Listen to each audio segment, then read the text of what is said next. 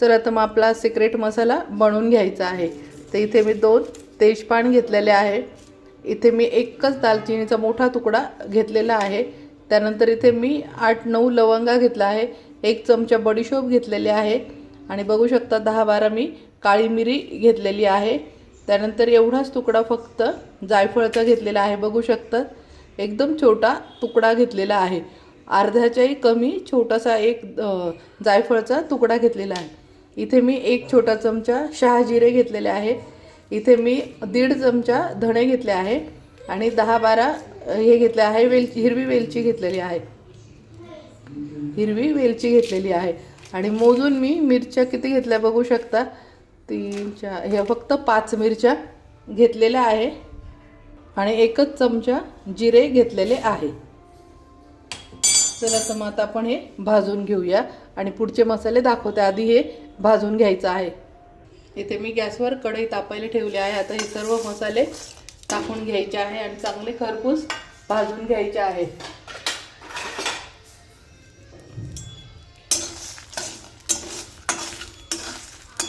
जाळायचे पण नाही काळे पण नाही करायचे।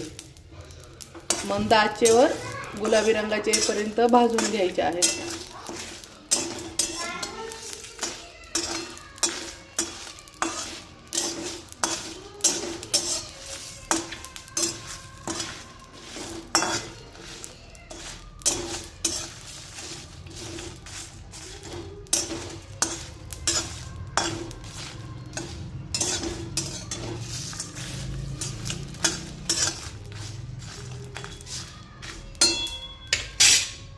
आता इथे एक छोटी वाटी बघू शकता एकदम एक छोटी वाटी मी हा वाळलेला कांदा आहे। वाळलेला कांदा आहे।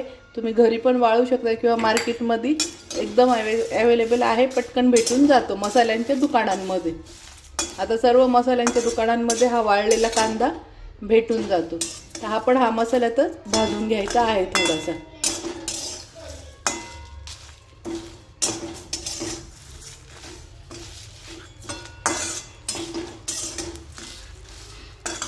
त्याच्याने सगळ्या भाज्या वगैरे त्यानंतर आपली मॅगी खूप छान टेस्टीला लागते।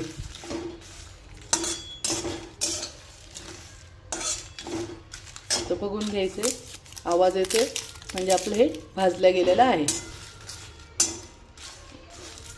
आता इथे गॅस बंद करून टाकायचा आहे।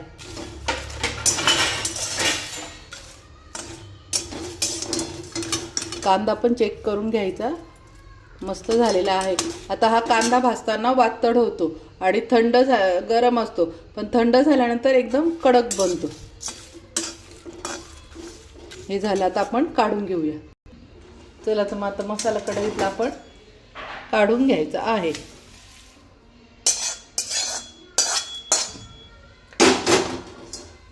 आता हा पूर्ण थंड होऊ द्यायचा आहे।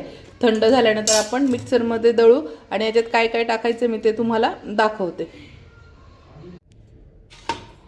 चला तर मग आपण आता येतात हे जे थंड झालेले मसाले आहे बघू शकता एकदम मस्त झालेले आहे। तर आता आपण हे टाकून घ्यायचे आहे। हे मिक्सरच्या भांड्यात टाकून घ्यायचे सर्व।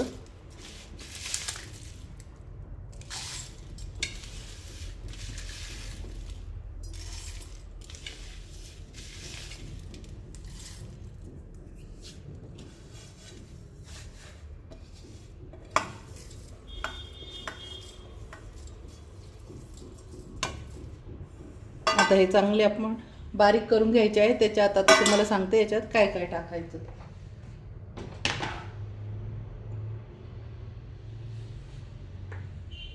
अगोदर हे थोडंसं बारीक करून घेते।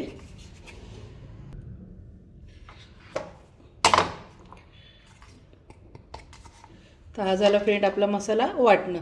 तर आता यात काय काय टाकायचं आहे मेन ते दाखवते तुम्हाला। यात आता थोडंसं मीठ टाकून घ्यायचं आहे। यात मीठ टाकलं आहे मी। त्यानंतर 1 चमचा इथे मी लसूण पावडर घेतलेली आहे। ही दुकानात पटकन भेटून जाते किंवा ऑनलाईन पण भेटते। तर ही मी लसणाची पावडर घेतली आहे आणि घरी करायचं असेल तर लसूण सोलून बारीक चॉपरमध्ये चॉप करून आणि उन्हामध्ये 5-6 दिवस वाळवायचा आहे। कडक होतो मग मिक्सरला दळू शकता ते जर कुठे नाही मिळालं तर मी ही रेडीमेड लसणाची पावडर आणली आहे। ही पण टाकून घ्यायची आहे। त्यानंतर अर्धा चमचा फक्त हळद पण टाकून घ्यायची आहे आणि 1 चमचा मी इथे सुंठ पावडर घेत आहे। बघू शकता 1 चमचा मी सुंठ पावडर घेतलेली आहे, ही पण याच्यात टाकून घ्यायची आहे। आणि 1 छोटा चमचा मी इथे बघू शकता एकदम कच्चं पण ही साखर, लक्षात ठेवा साखर, तर साखर पण याच्यातच टाकून घ्यायची आहे। आता हे पुन्हा एकदा एक मिक्सरला आपण गरका फिरून घेऊ, म्हणजे जेणेकरून सगळे मसाले एकजीव होतील।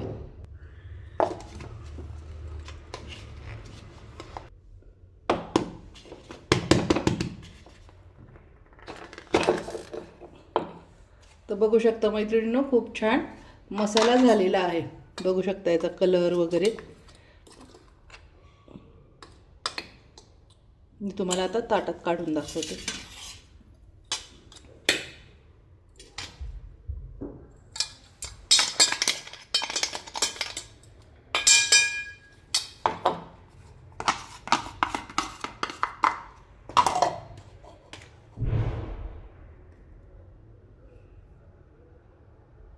आता हा झाला आपला सिक्रेट मसाला।